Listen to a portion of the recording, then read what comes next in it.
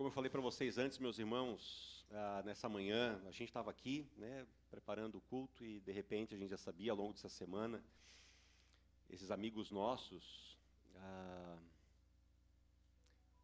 eles tiveram a Sofia, a filha deles, num contexto que eles estavam numa missão, uma comunidade no norte, no nordeste brasileiro. E aí, então, durante a gravidez, a Vaninha, ela pegou dengue, ou não era dengue, toxoplasmose, né? Toxoplasmose, né? E aí, então, a Sofia acabou nascendo com microcefalia, né? Então, nós já tínhamos essa luta durante um bom tempo. Nós éramos pastores em Rio Antinhas, Petrolândia. Eles eram pastores na região da Bela Vista, em Tuporanga. E dos casais que a gente tinha de colegas pastores mais próximos, eram eles, né? Então, depois, eles vieram para Içara, numa plantação de igreja. E a gente, então, veio para Florianópolis. Então, hoje, assim, a gente estava passando aqui as músicas. E aí, tinha dado essa mensagem uns 10 minutos antes. O pastor Sinodal, ele deu esse aviso, então, que ela entrou em morte cerebral. E aí, então, tem todo um procedimento para desligar os aparelhos, que isso leva 24 horas. Então, assim, eu confesso para vocês que isso acabou também nos abalando bastante. E não só isso, a própria Cláudia, né, quando ela colocou assim, né, o Marcos, eu não conhecia o Marcos, mas depois eu perguntei qual a idade dele, e aí, 37 anos, e a gente fica pensando, essa é a idade do meu irmão. Então, são coisas que, no fim das contas, elas vão mexendo conosco, e eu acho que a Cláudia deixou isso muito claro aqui, que bom que a gente tem uma comunidade, que vocês podem vir aqui, quem sabe eu tinha preparado um sermão para hoje, não vai ficar como eu gostaria que ele ficasse, mas que bom que a gente tem uma comunidade que ela consegue nos abraçar também nos momentos de fraqueza, nos momentos de choro. E aí você tem que ver um cara de 1,87 m fazendo isso aqui. Eu não peço desculpas para vocês, porque eu nunca pedi desculpa por ser humano, né? Mas quem já teve assim essa caminhada muito próxima sabe do quão difíceis são essas despedidas, né? De que você vai contando histórias e vivenciando histórias junto com outras pessoas, e algumas coisas elas vão abalando você também. E aí foi até engraçado, porque eu queria hoje trabalhar com vocês quase que uma continuação daquilo que nós acabamos trabalhando no domingo passado. O domingo passado foi um domingo muito festivo para a gente, enquanto comunidade, enquanto Munil. Né, e a própria pregação de Pentecostes é isso, que o Espírito Santo de Deus ele vem sobre os discípulos de Jesus e eles se enchem, e de dentro deles então sai esse rio de água viva. E a gente percebeu isso nitidamente no domingo passado, que quem bebe de Cristo ele não acumula, mas ele transborda para outras pessoas. E aí a gente para pensar que a gente vem de um contexto do nosso retiro, e aí textos, né, que vão nos mostrando como isso acontece. E aí eu queria, na manhã de hoje, meus irmãos, fazer uma pergunta que, quem sabe, ela seja muito inquietante diante da situação em que nós estamos, e que no final de semana passado nós tínhamos um dia muito festivo, e hoje parece que é um culto que a gente não programou, mas ele acabou ficando com esse clima de consolação, no fim das contas. Mas você já parou para pensar, para que você existe? Qual que é o sentido da sua existência? E aí eu lembro que eu tenho, né, essa semana aí eu tenho um livro de cabeceira, ele está lá. Eu tenho acho que uns 3 livros de cabeceira. E é engraçado porque aqueles 3 livros de cabeceira eu não leio. Eu sempre pego outra coisa para ler. E é um livro que eu tenho lá, eu ganhei eles, cara, ele está aqui. É um livro do Viktor Frankl, para quem talvez vai lembrar do nome do autor. Ele escreveu Em Busca de Sentido, um livro bem conhecido da editora Sinodal. Acho que hoje em dia outras editoras também já o fazem. Mas ele era um psiquiatra austríaco, que ele sobreviveu aos horrores de Auschwitz. E lá ele perdeu a sua esposa, ele perdeu os seus pais, ele perdeu o seu irmão nos campos de concentração nazista. E daquilo que ele viveu, todo esse horror, então ele escreve esse livro, né? E aí a tese central dele é que o ser humano ele é capaz de suportar qualquer como, se ele souber o porquê. Quer dizer, a crise mais profunda do ser humano que ele pode enfrentar não é a dor, não é perda, não é o fracasso. E aí o Viktor Frankl vai trabalhar nesse sentido e dizer que a perda que um ser humano pode ter é a ausência de sentido. É acordar de manhã sem saber para quê. E é muito interessante, sempre que a gente tem alguém assim que está num quadro depressivo, a gente diz o seguinte: olha, você quer um bom livro, uma boa literatura para ler? Em Busca de Sentido, do Viktor Frankl. Você vai entender algumas coisas ali, né? E obviamente, tratamento psicológico, né? Quando o psiquiatra também, quando precisa. E é interessante que o Frankl ele chama isso de vazio existencial. E aí ele vai descrever que esse vazio existencial dentro de nós, ele vai se disfarçar de várias maneiras. Para algumas pessoas isso vai ser tédio, algumas vezes vai se resumir como um consumo muito compulsivo, às vezes vai ser uma busca frenética por experiências das mais variadas possíveis que preencham esse buraco sem nunca conseguir. Aí a pessoa não sabe o que exatamente ela está procurando, mas ela sente que existe um vazio, ela sente que ela está procurando alguma coisa.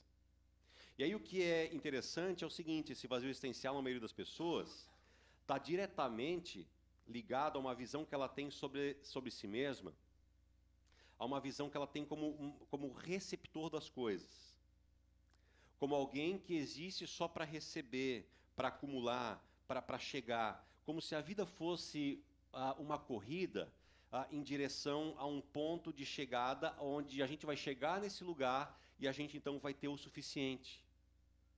A gente vai ter saúde suficiente, a gente vai ter dinheiro suficiente, a gente vai ter o reconhecimento suficiente, a gente vai ter as experiências suficientes, as bênçãos suficientes, as viagens suficientes. E aí a tragédia, conforme o Viktor Frankl vai tratar no seu livro, é isso, é um ponto de chegada que ele nunca vem. Quanto mais você busca a felicidade, diretamente mais ela vai escapar de você.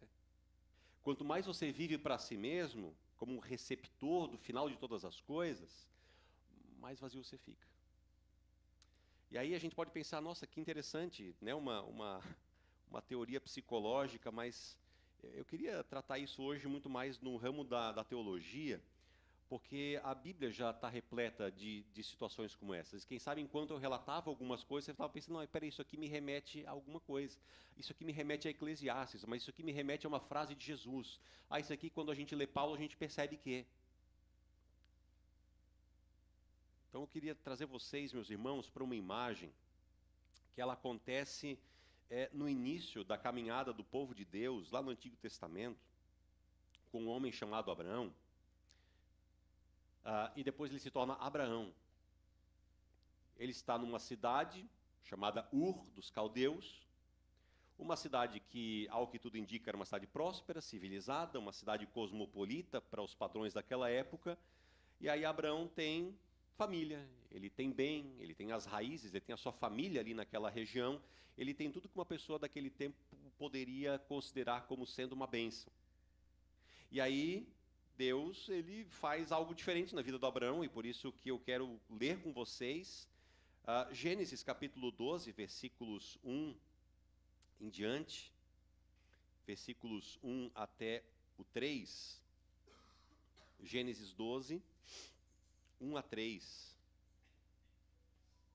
3 versículos, você vai entender muito bem o que está acontecendo aqui, e obviamente, se você quiser depois ler adiante, fique à vontade para fazê-lo na sua casa, tá? Então o Senhor disse a Abraão: saia da tua terra, deixa a sua família e a casa do seu pai, e vá para a terra que eu lhe mostrarei. Farei de você uma grande nação e o abençoarei. Engrandecerei o seu nome, e você será uma bênção. Abençoarei os que o abençoarem, e amaldiçoarei os que o amaldiçoarem, e em você serão abençoadas todas as famílias da terra. Eu quero que você preste atenção na gramática desse texto.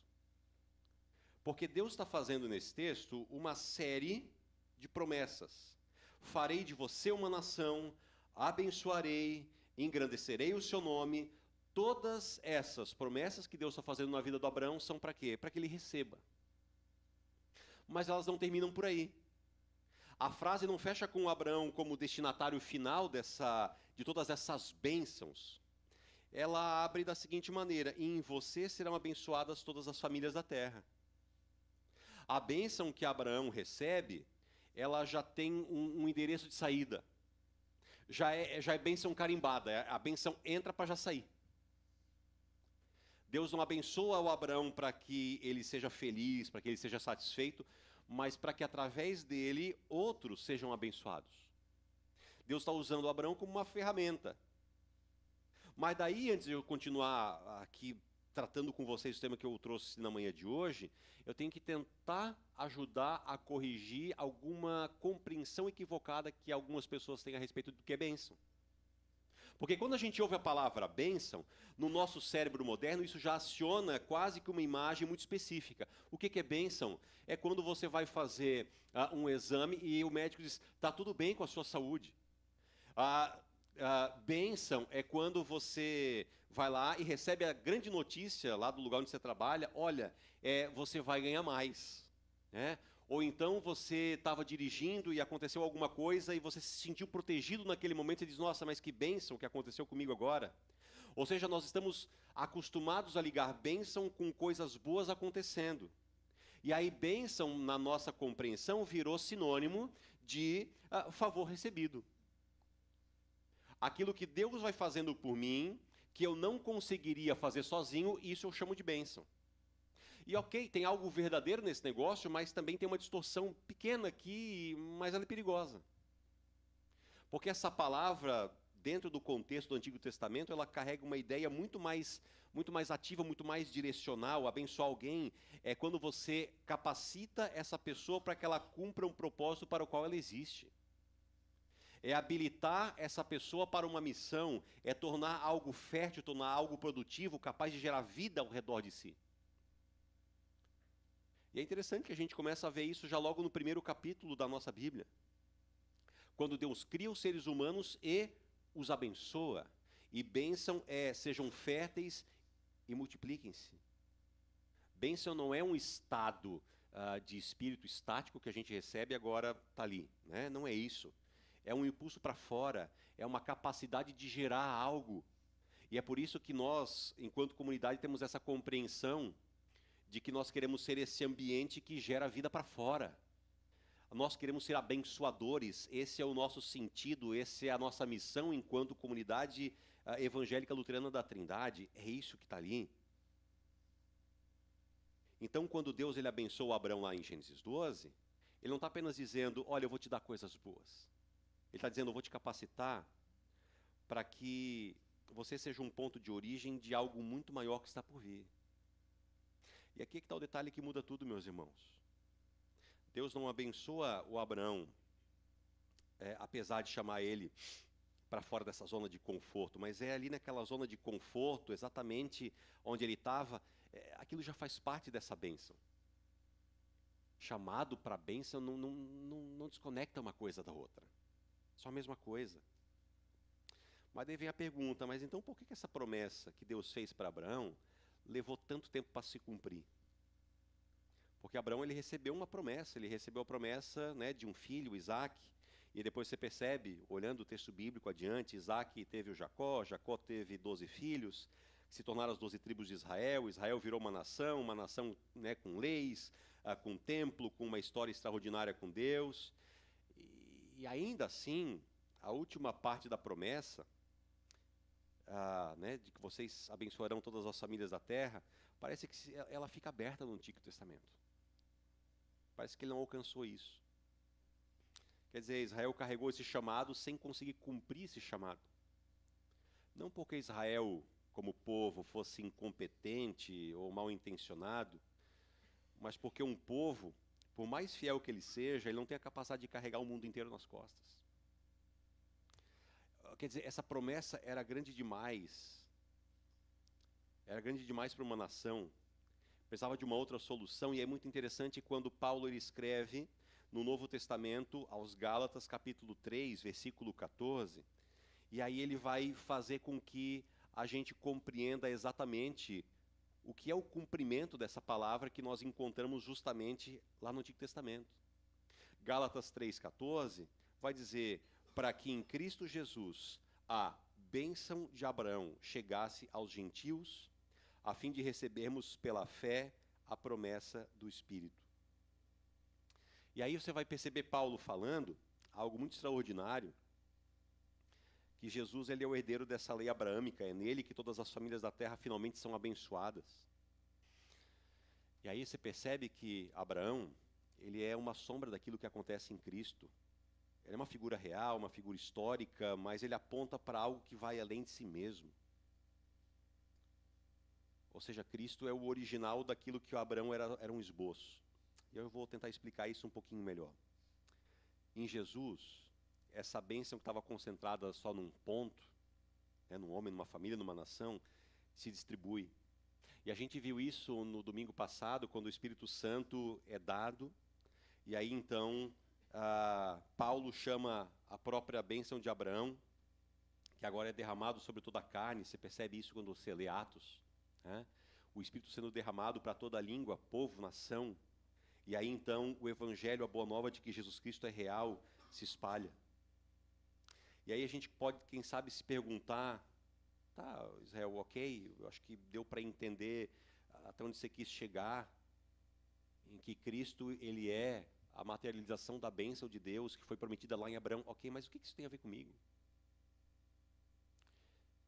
Quem sabe essa grande pergunta que a gente acaba fazendo, mas ok, o que isso tem a ver comigo?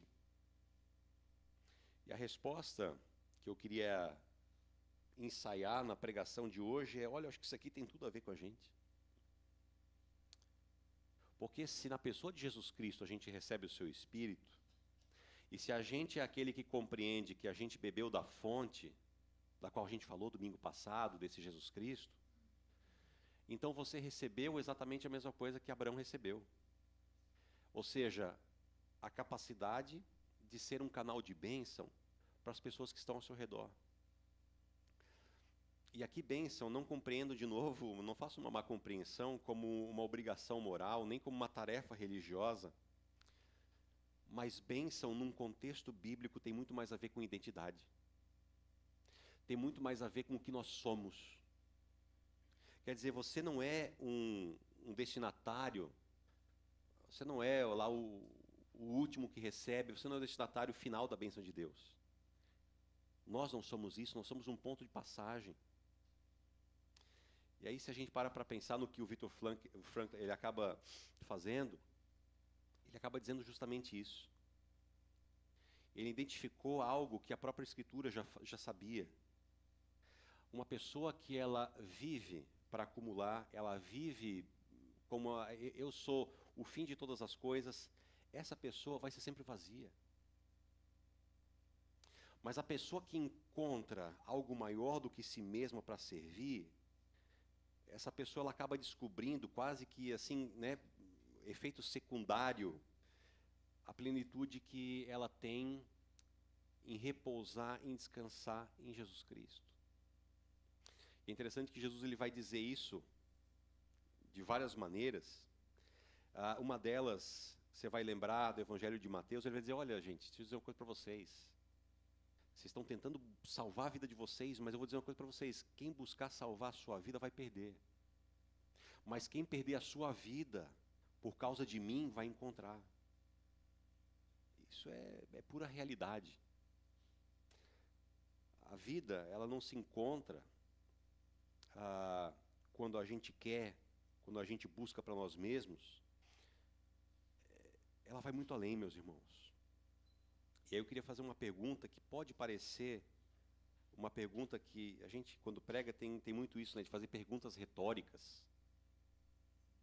A gente sempre trabalha com esse negócio de fazer pergunta retórica, mas eu queria tenta pensar um pouquinho essa pergunta de maneira não retórica.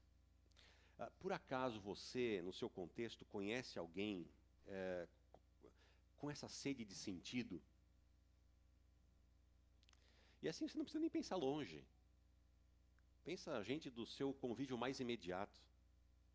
Pensa você agora num colega de trabalho, você vê toda semana, que você vê a semana inteira. Tem gente que às vezes vê e vive mais tempo com algumas pessoas que não são a sua esposa e o seu marido. E são pessoas próximas a nós. Às vezes essas pessoas, elas estão no nosso convívio, mas a gente, por achar, quem sabe, que nós somos a vasilha de receber bênçãos, a gente acaba esquecendo de que nós somos um canudo, né, que passa essa bênção e a gente acha que não, eu estou ali para receber. Talvez aquela pessoa ela carrega um peso dentro de si que sequer ela é capaz de saber nomear esse peso. Quem sabe tem, às vezes eu fico pensando nisso, vizinhos que moram embaixo de mim, acima de mim e dos meus lados, que às vezes eu não sei nem o nome. Eu cumprimento e nunca parei para conhecer justamente aquela pessoa. A gente está num contexto universitário, com muitos universitários de vários lugares do Brasil até do mundo. E a gente às vezes vê esse pessoal no ponto de ônibus, sei lá, numa biblioteca, em outros lugares, de dentro de uma universidade, sentados ali, cercados por muita gente. Mas quantos deles vivem realmente sozinhos? Por quê? Porque, quem sabe, a gente não compreendeu um pouco da nossa função e do nosso sentido e daquilo que nós somos abençoados para fazer. Ou, quem sabe, pessoas que fazem parte da nossa família, mas que a gente está há anos, de distância de uma conversa que seja minimamente honesta. Uma conversa que nunca aconteceu. Meus irmãos, essas pessoas ao nosso redor, elas existem, elas estão às vezes no nosso raio de convívio, elas têm sede por algo que elas não sabem muitas vezes sequer nomear, assim como o nosso teórico de hoje, aí, o Viktor Frankl, descreveu. E aí a gente percebe que nós somos aqueles que beberam da fonte, que hoje estamos aqui, e que nós carregamos algo que essas pessoas precisam. Mas aqui é que está o problema honesto que eu queria nomear, que é uma tendência natural. Mesmo depois que a gente vai passando algumas experiências ao longo da nossa vida, da nossa existência, a gente tem uma tendência de voltar para dentro. A gente tem uma tendência de fechar o nosso círculo, né, cuidar, preservar aquilo que a gente viveu. E aí eu paro para pensar, né, de um tempo que nós tivemos aqui, nosso retiro de comunidade, que tempo precioso que nós tivemos. Como a gente foi desafiado para fora, mas a nossa tendência sempre é voltar de novo para dentro. É interessante, a gente teve, né, eu comentei também com vocês há 2 semanas atrás, logo na semana do retiro da comunidade, a gente teve, eu e a Carol, um retiro para pastores, retiro de espiritualidade, um tempo muito bom, muito precioso, né? E aí foi realmente um retiro voltado para olhar para dentro, porque a compreensão é que ministros religiosos têm essa tendência de estar sempre envolvido com outras pessoas, e aí você está sempre em função dos outros, onde você acaba às vezes perdendo a sua própria essência, e por conta disso também há essa tendência dentro de nós. A gente acaba cuidando dos outros e acaba deixando, a gente acha que está cuidando dos outros, mas está faltando algo. E a gente acaba fazendo isso, pessoalmente, individualmente. Eu vou dizer que comunitariamente a gente também tem uma tendência de fazer isso, achar que nós somos uma comunidade tão abençoada, e aí a gente acaba esquecendo aquilo que Deus acabou prometendo para Abraão, que não era para que ele fosse um reservatório das bênçãos de Deus, mas em Jesus Cristo nós percebemos que o chamado é para que a gente seja, em Cristo, uma nascente que alcança todas as famílias da terra. E aí você não precisa ter assim a grande pretensão de que você vai alcançar todas as pessoas da terra. Mas se Deus colocou pessoas no seu caminho, eu gostaria que você entendesse de uma maneira muito clara na manhã de hoje, que não é por acaso. Eu gostaria que a gente pudesse compreender e sair daqui percebendo que nós recebemos essa bênção de Deus. E essa bênção deveria nos inquietar a tal ponto de fazer nos perguntar, e como é que vai ser isso amanhã? Como é que vai ser isso na universidade? Como é que vai ser isso, sei lá, no escritório, no seu ambiente de trabalho? Como é que vai ser isso no almoço que você vai ter com aquelas pessoas que, quem sabe, você está planejando se desviar faz tempo? Como é que vai ser isso? É, por quê? Porque é muito mais confortável. É muito mais confortável ficar aqui dentro, né, no nosso quentinho, né? Eu sei que antes estava quente demais, né? Mas assim, e não foi proposital. Antes que vocês acham, né, que foi alguma dinâmica para a gente sentir como é que é o inferno, não tem nada a ver com isso. Mas meus irmãos, tem gente ao nosso redor que tem sede. E a gente está, quem sabe, vivendo no menos arriscado, né? Ah, eu quero experimentar as bênçãos de Deus, eu quero viver isso para mim. E não tem nada de errado. O errado é a compreensão de que é só para mim. Cristo, ele não existiu para si mesmo.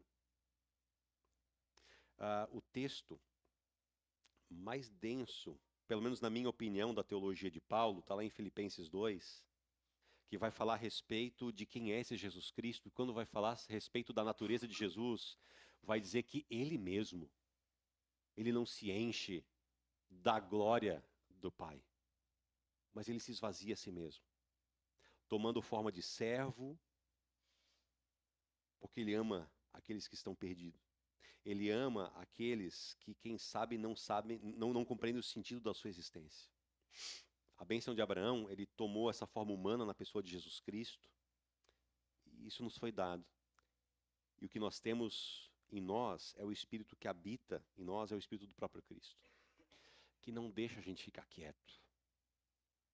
Esse mesmo Espírito que fez com que os discípulos eles fossem movidos de onde eles estavam, naquela casa, trancados no Pentecostes,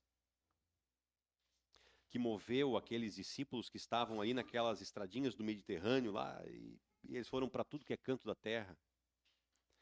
E eu queria terminar, meus irmãos, esse meu compartilhar com vocês na manhã de hoje, dizendo que esse desafio que o texto ele nos lança, ele não é no sentido espiritual ou meramente religioso. Ele é algo concreto. Ele é algo concreto porque ele faz a pergunta: quem são as pessoas do nosso convívio que você ainda não se aproximou para abençoar essas pessoas? Qual é a conversa desconfortável que você está adiando faz anos? Qual é o gesto, quem sabe, mais simples que seja um convite, seja uma escuta, seja você se colocando ao lado, seja você fazendo o seguinte: olha, vamos tomar um café e vamos ter uma conversa, quem sabe uma conversa decente. Abençoar, parece que o texto está nos mostrando isso, não é uma habilidade espiritual reservada para quem tem mais fé ou tem mais espiritualidade. É uma consequência natural de quem está ligado a Cristo. E esse é o grande paradoxo, né? Você não vai descobrir, é, você não vai se descobrir mais inteiro ficando mais fechado num grupo de irmãos da fé. Você vai se sentir muito mais inteiro e muito mais, vai se compreender muito mais como discípulo de Jesus quando você estiver em missão, aonde Deus tem colocado você. Considerações finais, meus irmãos. O Abraão, lá em Gênesis 12, ele sai simplesmente da sua terra sem saber o destino. Ele saiu porque tinha uma voz, tinha uma promessa, e aí no caminho, isso que é o mais interessante, não foi nem antes e nem depois, é que ele foi se tornando essa bênção que Deus havia prometido para ele. E obviamente que Cristo cumpre isso plenamente, o Espírito que a gente recebeu coloca a gente nesse mesmo movimento. E a questão, quem sabe, que a gente tem que se perguntar na manhã de hoje não é aquilo, mas será que eu estou pronto? Deixa eu dizer com toda a sinceridade para você não está pronto. Nenhum de nós está. A gente está chamado. A gente foi chamado por esse Jesus Cristo que nos dá o seu Espírito para que a gente possa levar esse Evangelho até os confins da terra.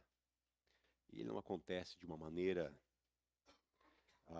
estrombólica, ele acontece de uma maneira muito simples, sendo bênção para as pessoas que Deus tem colocado ao nosso redor.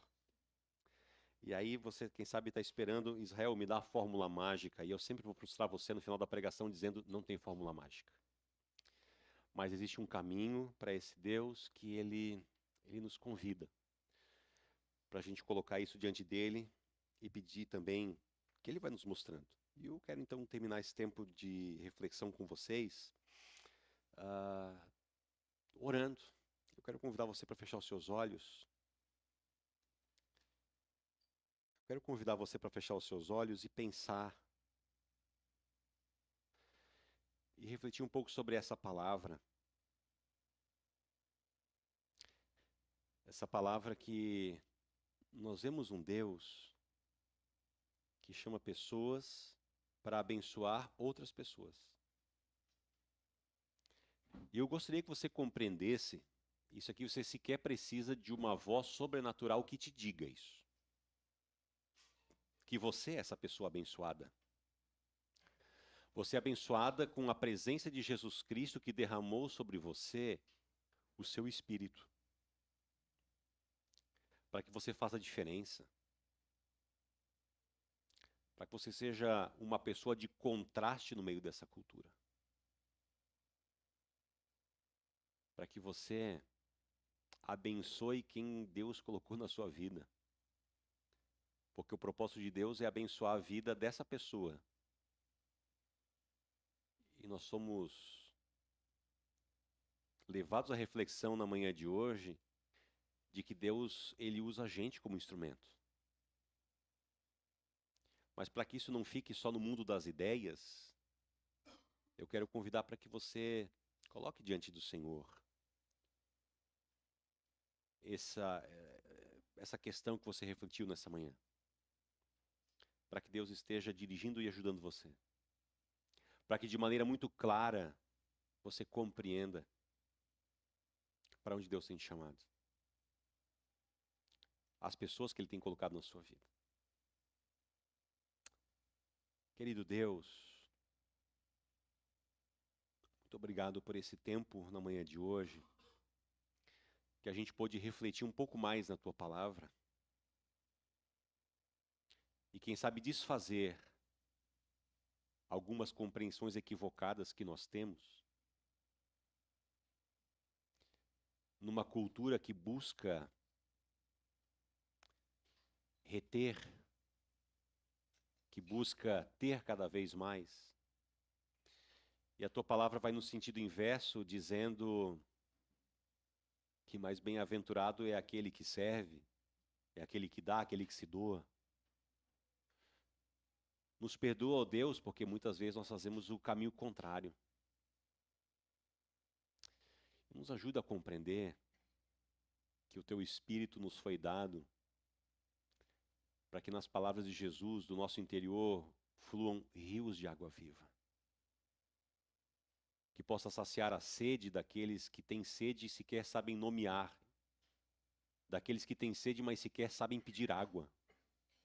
Por isso, Deus, nos ajude a compreender o nosso propósito em Cristo. Para que a gente viva para além de nós mesmos. Nos ajude a compreender isso, ó Deus, de maneira pessoal, mas também de uma maneira comunitária. Nos ajude enquanto comunidade a percebermos o nosso lugar onde o Senhor tem nos colocado cada vez mais. Para que sejamos uma fonte a jorrar da água que é capaz de matar a sede. É bem verdade, ó Deus, que enquanto nós fazemos isso, nós também acabamos tendo nossos dilemas. Nós também sofremos os nossos lutos, as nossas dores. Mas enquanto nós abençoamos a vida de outras pessoas, enquanto nós as consolamos com palavras da Tua parte, essas palavras também servem para nós. E obrigado, ó Deus, que o Teu reino nos mostra isso. Que aqueles que consolam também são consolados. E é nessa perspectiva, ó Deus, que nós queremos colocar o nosso luto diante do Senhor.